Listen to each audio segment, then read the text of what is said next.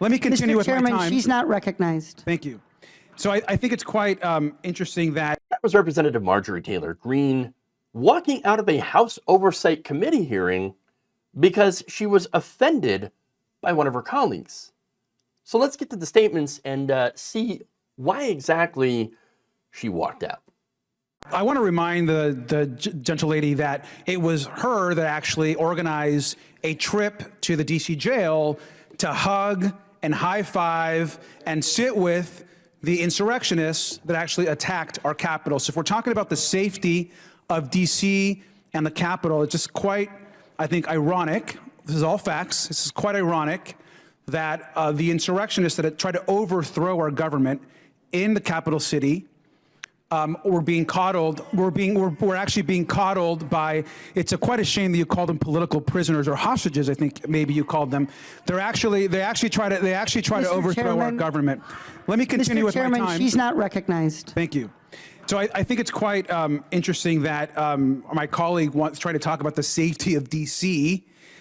When she literally supported an insurrection, an attack on the Capitol, visited the prisoners. I was there as one of 2 Democrats there as part of that visit on behalf of this committee, and seeing her high five folks that want to overthrow our government. So that was Representative Robert Garcia, who was making a fantastic point about how Republicans apparently view crime. If you're white, you're a political prisoner. If you're black, you're a criminal thug.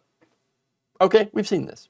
Now, I happen to live in the real world where crime happens to be perpetuated by all sorts of different people and is linked to socioeconomic and environmental conditions, not genetics, meaning that you're not predisposed to being a criminal due to the color of your skin. Take, for example, the crime wave in the 80s, right? That was preceded by a lot of water pipes being lined with lead in the cities. Lead exposure increases violent tendencies within people. So there's a certain population that happens to have been exposed to more lead poisoning and lead pipes, and that's people in inner cities.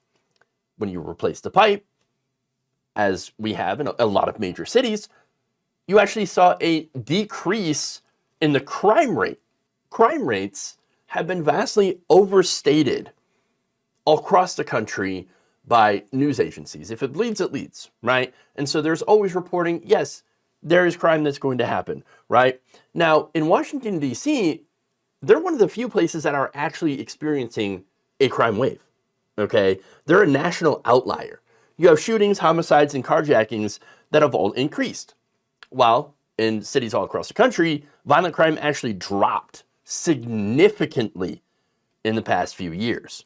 So it's important to note the facts on crime, okay? As to avoid unnecessary panic and, of course, to avoid championing the wrong kinds of policies to deal with crime.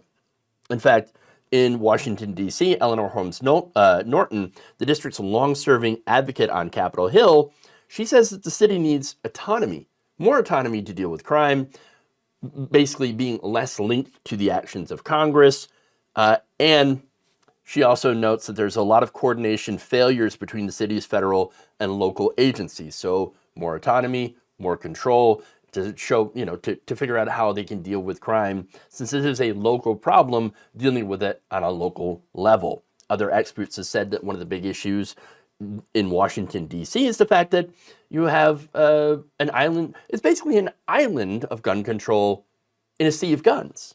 And so the murder rates, that kind of stuff, they've noted that guns have been flowing into D.C., and that federal courts have been rolling back gun laws. And so that's why you have at least one factor as to why you have such a high crime rate in DC, a high murder rate, et cetera, et cetera.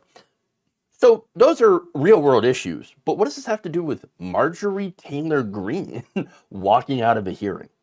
Well, she wants to talk about how the crime rate is terrible in Washington, D.C. because it's run by Democrats. Here's the thing, though. Congress can and does kill legislation passed by the D.C. Council and actually has authority over their budget, which includes policing. The situation in the nation's capital is actually way different than anywhere else in the country, since it is not its own state or anything like that. It's governed by Congress. Greene, getting back to her beliefs on crime, is that it's only perpetuated by black people or Democrats. While her beloved insurrectionists, some of whom, were violent, and she believes that they're innocent little victims of Antifa or the feds or something. It's ridiculous, and it's not part of reality. And so, of course, when Garcia calls her out for high-fiving the insurrectionists while we're talking about crime, remember, these people are criminals. It's a bit hypocritical. And so she walked out because she couldn't handle the truth